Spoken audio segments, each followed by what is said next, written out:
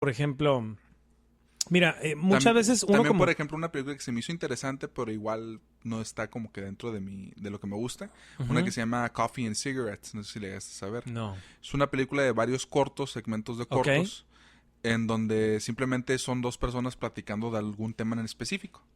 Y de eso se trata toda la película. Ok. Pero donde ya la película empieza a perder para mí su novedad es cuando literalmente agarran una conversación de la primera o segundo sketch Sí.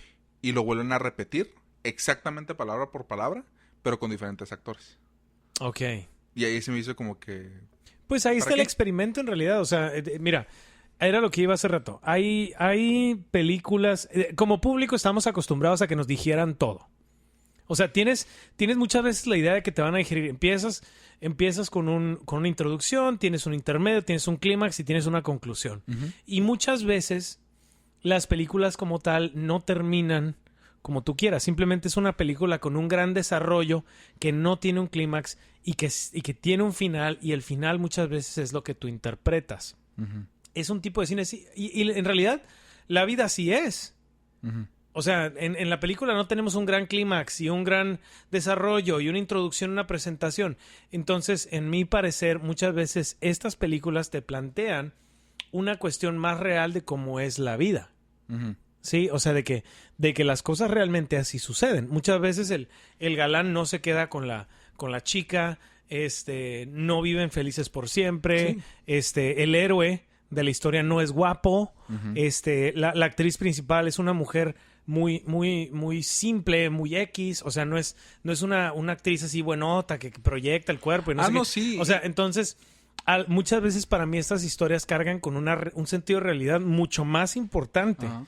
que las historias comerciales que nos presentan en la mayoría de las películas. Ujú. Para mi ver, ¿no? Entonces, por ejemplo, lo que dices, repiten exactamente lo mismo, ¿ok?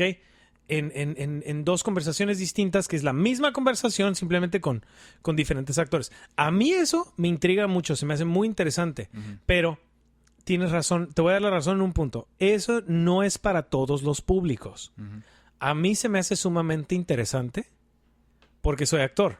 Sí. Entonces a mí yo me quedo, ok, ¿cómo lo hubiera hecho yo? ¿Qué hubiera cambiado? ¿Qué hubiera agregado? ¿Qué cosas me gustaron de este actor en contra de otro? ¿No? Que es algo que a mí no se me hubiera ocurrido si hubiera visto a un solo par de actores hacerlo. Sí. Sí, es como, por ejemplo, hace poco estaba hablando una compañera de trabajo que me dice que a ella le encantaría escribir un monólogo. Órale. Me dice, yo quiero escribir un monólogo. Y ella no es dramaturga, no es teatrera, no es actriz ni nada, pero dice, es que veo todas estas cosas que se plantean, veo mi vida y a mí se me hace bien interesante cómo yo puedo plantear mi propia vida. Ujú. Y yo le dije, escríbela. Le digo, escríbela. Una vez que la escribas, es bien interesante y es todo un viaje mental ver cómo otra persona hace una interpretación de tu vida y de tu historia. Sí, sí. Entonces, eso es súper importante. Cuando le dije eso, como que logró verlo. Dijo, es que yo no lo actuaría nunca. Le dije, es que no lo tienes que actuar tú. Podemos conseguir a alguien que lo actúe, una actriz de tu edad más o menos, que presente estas mismas situaciones que son muy reales y ver cómo lo hace ella a través de su propia interpretación es una cosa increíble. Entonces, eso precisamente es lo que me ofrece a mí. Yo veo esa película que tú planteas, la de Coffee and Cigarettes. Ajá. A mí se me haría sumamente interesante verla, por lo que te No, planteo. te digo que, por ejemplo, a mí la película esa me gustó, pero ahí yo se podría decir que le quito méritos por eso, porque al Ajá, le final perdiste el interés. le perdí el Que interés. lo entiendo, lo entiendo también. Sí, y no es como se dice, porque a mí, por ejemplo, todas las cosas que me acabas de decir en cuestión actoral y tanto de escribir guión y eso, a mí también me fascina eso del cine, pues de cómo, Sí. de cómo tú cuando escribes algo, ya sea basado en algo real o no, cómo lo va a interpretar alguien, pues, cómo Sí. le va a traer vida a eso que tú estás Y muchas escribiendo. veces le cobran vida de una manera que tú nunca Que te tú nunca te imaginabas. imaginas. Le dan más Exactamente. vida todavía. Exactamente, le dan un otro giro, le dan Sí. otra perspectiva. Entonces, a mí, por ejemplo, eso es lo que me fascina principalmente de ser director, porque a mí me gusta tanto tener ese diálogo con el actor para Sí. encontrar el personaje, porque yo sé que el personaje va a nacer en realidad más de la colaboración de los dos, Sí. más de lo que yo le vaya a estar diciendo a él del Claro. personaje.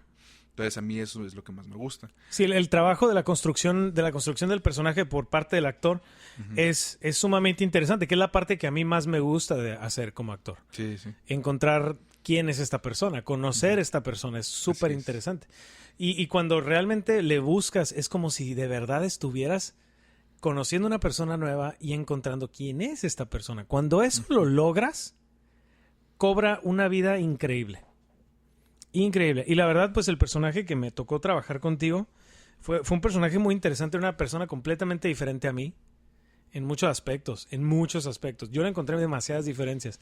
Y curiosamente, tú cuando lo escribiste pensando en mí, ¿no me dijiste? Sí, de ¡Qué hecho... romántico! Pero en realidad no, era una persona muy diferente a mí. Por ejemplo, este tipo era una persona que tenía un nivel de introversión muy diferente. O sea, él era introvertido hasta cierto punto. Él no se metía con un montón de cosas que yo sí me meto y soy muy pinche chismoso.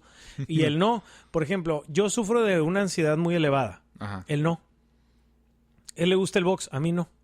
Sí. Por ejemplo, él tiene una carrera a la cual yo no me dedico y no creo que me dedicaría. Se me hace interesante, pero hasta ahí yo no lo haría. Yo, fíjate que a mí lo que yo pensé... Sus metas de vida son otras. Ajá. O sea, tiene el tipo de novia que tiene. O sea, no va con mi personalidad en lo más mínimo. O sea, es muchas cosas de él que yo jamás haría. Y eso para mí fue lo interesante. Sí, eso fue el valor verdadero de interpretar a Carlos.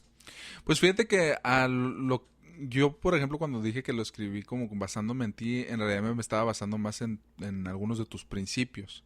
Porque si te pones a pensar, los principios que tienen los dos, pues son muy similares. Es una persona muy enfocada en lo que hace, o sea, en lo que se dedica. Gracias. Es una persona muy enfocada, es una persona que a cierto grado es introvertido, pero es también por el tipo de trabajo que realiza. Sí, Andrés, es discreto. Es discreto, exactamente. Sí. No que yo sea indiscreto, ¿verdad? Pero sí soy más atrevidón. Es una persona que trata de ser un poquito... De esas personas que a veces tratan de disfrazar su incomodidad su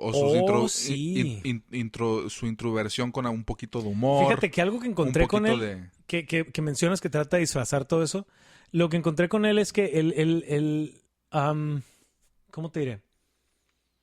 Muchos estudiantes, digo, no que sea así, pero es algo que aprendí por que la gente con la que me he relacionado, pero mucha gente que se mete a estudiar psicología, porque el personaje de Carlos es psicólogo,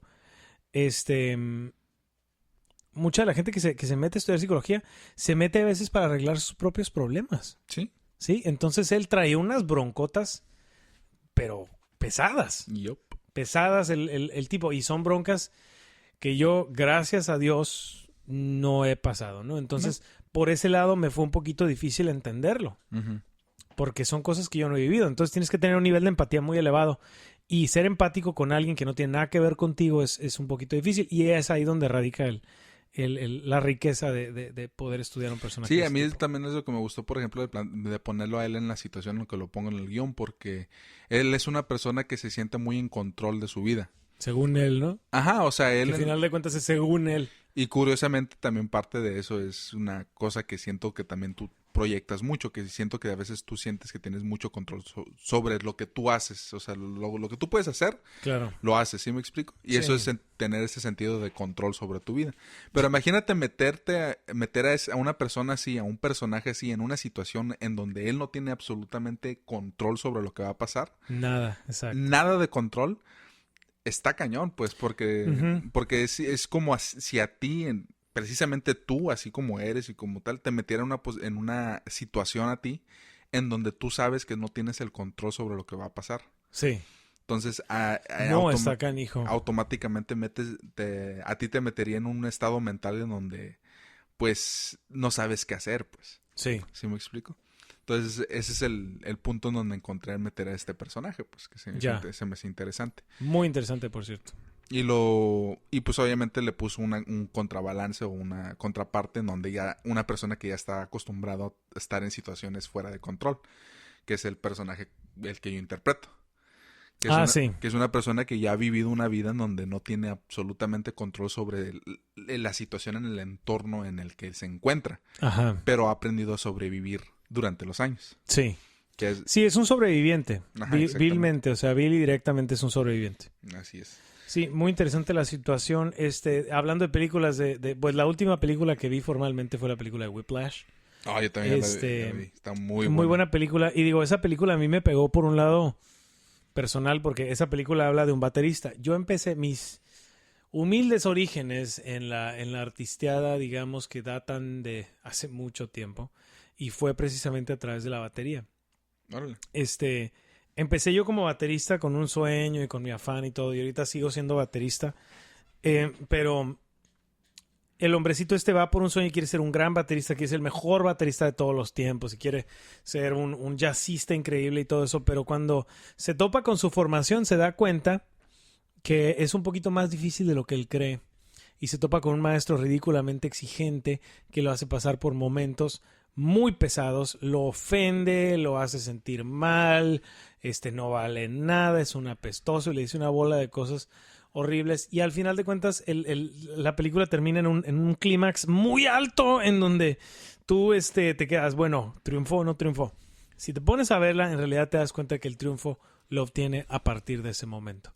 Y además de toda esa situación, pues él es una película muy tensa, que es increíble cómo puedes llevar a un músico a ese nivel de tensión. ¿Pero quién crees que triunfó? ¿El baterista o Los dos. ¿Los dos? Los dos. Yeah. Porque el maestro le dice, el maestro que tuvo era un hijo de la chingada, pero en su máximo esplendor, en el sentido de que los hace sufrir, les exige cada vez más. O sea, si llegan a un punto muy elevado como músicos, se les exige mucho más todo el tiempo. Y él decía que era la única manera que él podía crear verdaderos músicos superdotados. Que su afán no era crear artistas, era crear músicos superdotados. Ajá. Entonces él platica la historia de un baterista que una vez le dijeron que era lo peor y que lo hicieron sentir mal y lo ridiculizaron. Se fue a su casa y en vez de tirar la toalla se puso a practicar constantemente y creó uno de los mejores solos que se han escuchado en la historia del jazz. Uh-huh. Entonces le inculcó esto a este otro hombrecito, los dos terminan corriéndolos de la escuela, él se sale de la escuela por una cuestión de la escuela de música, al maestro lo corren por crueldad, porque lo relacionaron con la crueldad que le emitía a una bola de estudiantes y bueno, entonces él Y la verdad, si no han visto la película, se les recomiendo tanto porque el final... Y tú bien sabes que soy una persona que le gusta mucho las películas de fantasía, de acción y todo ese rollo. Sí. Pero de todas las películas que he visto en donde te puedes estar comiendo las manos de la tensión que hay Sí. y sin haber balazos, sin haber gente muriendo, sin haber el Exacto. lebre, estás viendo el final con unas ansias de que no sabes qué es lo que chingados va a pasar. Y yo Sí. estoy así como que no mames, hay una guerra entre estos dos güeyes ahorita y nadie se da cuenta. Sí, Y yo es así, una guerra por la excelencia, pues Ajá. es una lucha por la excelencia y al final de cuentas, pues sí viene desarrollando, sí viene logrando el objetivo de lo que se plantean, pero bueno, ahí se las dejo a su criterio de tarea, Sí. que sabes que la relacioné mucho con lo que pasó con la película del Cisne Negro.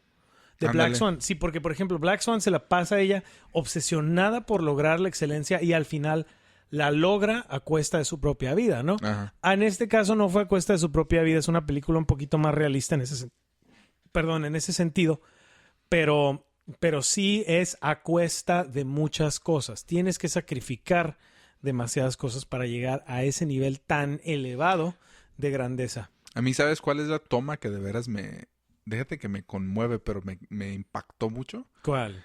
Es la toma precisamente ya en el concierto, el concierto final, Sí, después de que este cuate está en el solo bien intenso. sí. El close-up que le hacen al papá de él.